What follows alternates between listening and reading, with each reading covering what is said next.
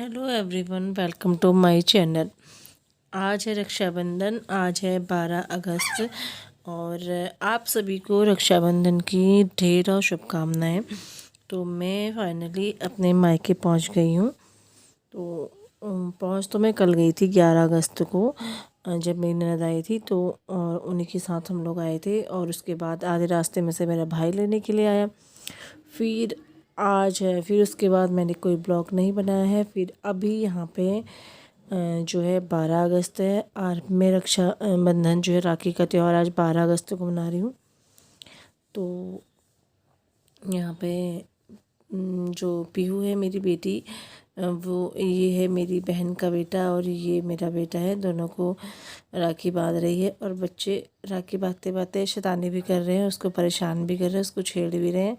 फिर वो कहती है ज़्यादा परेशान करोगे तो राखी नहीं बांधूंगी। तो यहाँ पे ये राखी बांध रही है, उसके बाद हम लोग राखी बांधेंगे। तो ये है मेरा बड़ा भाई जिसको मैं राखी बांध रही हूँ और इसकी होने वाली है शादी। तो मैं इसको थोड़ा थोड़ा कुछ ऐसे छेड़ भी देती हूँ। तो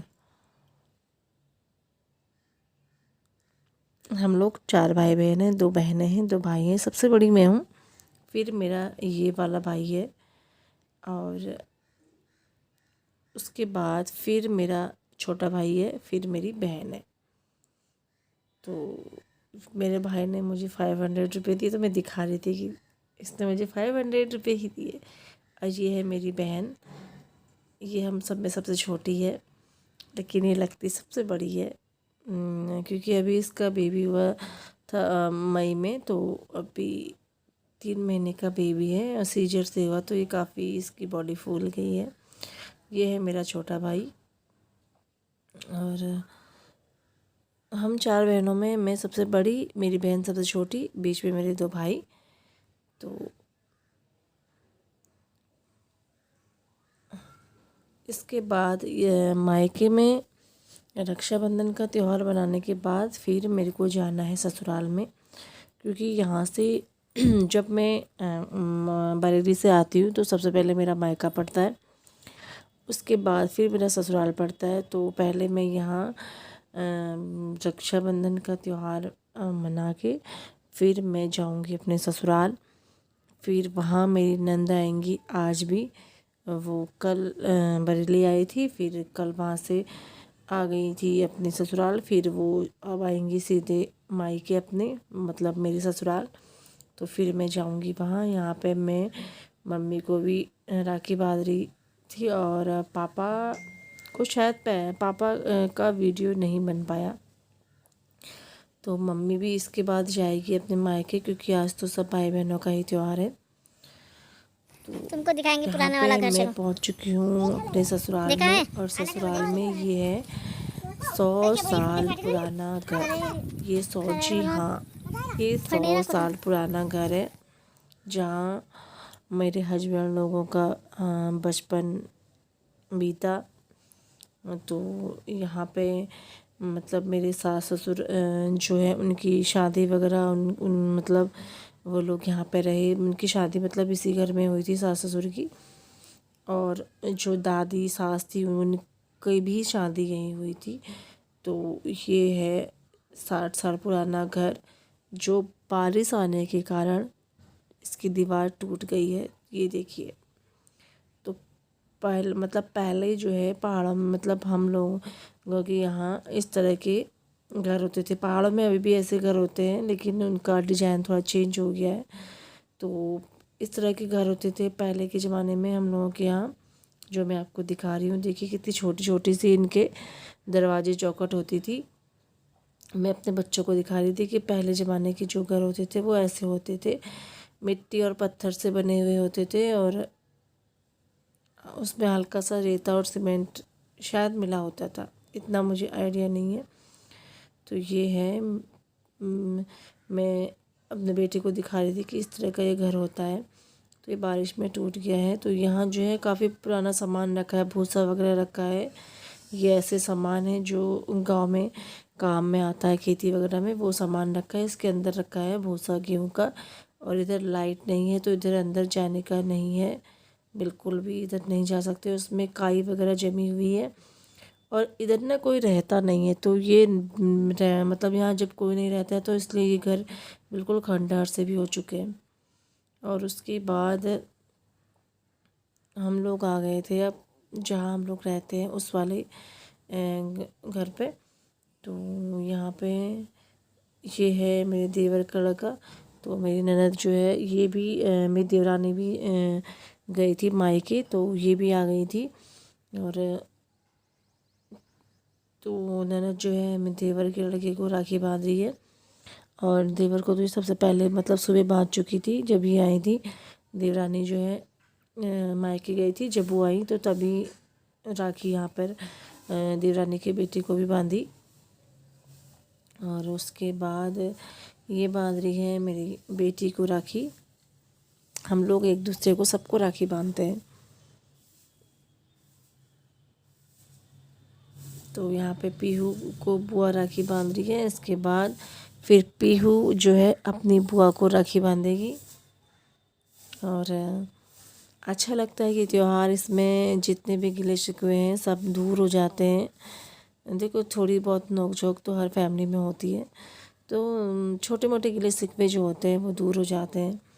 और ये है मेरी सास और मेरे ससुर जी दिसंबर 2027 सॉरी 27 दिसंबर 2021 को एक्सपायर हो गए थे। तो ये मेरी सास है इधर। अब यहाँ पीहू बांध रही है मेरी ननद को की बेटी को राखी। तो ये जो है मतलब एक साथ साथ की है, क्योंकि हम लोग की मेरी और मेरी ननद की शादी भी साथ साथ हुई और बच्चे भी हम दोनों के साथ साथ किए हैं। तो पीहू कहती है मेरे पैर छू। पीहू अपने आप को बहुत बड़ा समझती है, तो कहती है कि मेरे पैर छू। उसको अच्छा लगता है कि लोग उसको बोले कि वो सबसे सब बड़ी हो गई है। तो ये दोनों साथ साथ की हैं, एक ही क्लास में पढ़ती हैं और एक ही साथ हम लोगों की शादी हुई थी। तो इन दोनों की आपस की बॉन्डिंग काफ़ी अच्छी है। तो ये यहाँ पर अब मेरी भांजी जो है मेरी बेटी को राखी बांधेगी। बस यही दिन भर चलते रहा।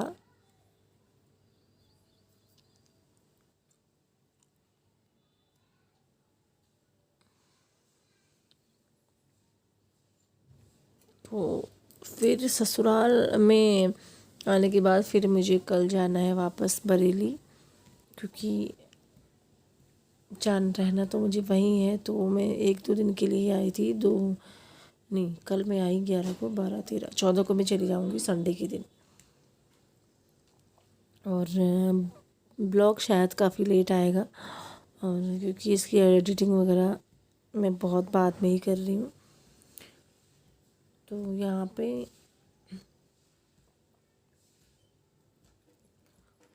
फिर हम लोग भी जो है हम ननद भी हमें राखी बांधेंगी और मुझे और मेरी देवरानी को।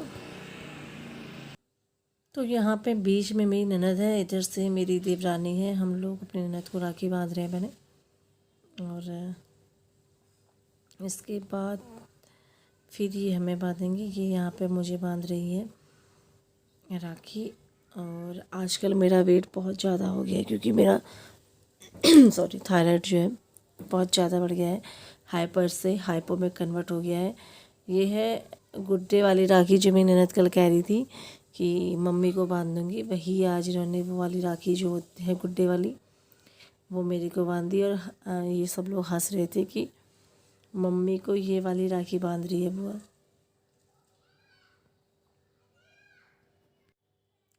यार आजकल आजकल मुझे ऐसा लग रहा है ना कि ये मेरा वेट बहुत ज़्यादा बढ़ गया है। मतलब मैं बहुत ज़्यादा हिप्पो हो गई हूँ, बिल्कुल बहुत ज़्यादा मेरा वेट बढ़ गया है, क्योंकि मेरा थायराइड जो है वो हाइपर से हाइपो हो गया, में कन्वर्ट हो गया है।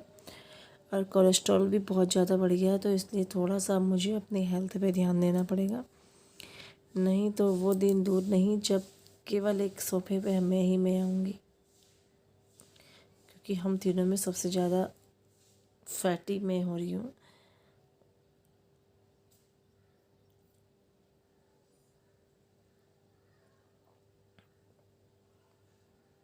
तो यहाँ पे जो मेरी देवरानी तो बिल्कुल इतनी पतली सी हो रही है, सबसे ज़्यादा मोटी में।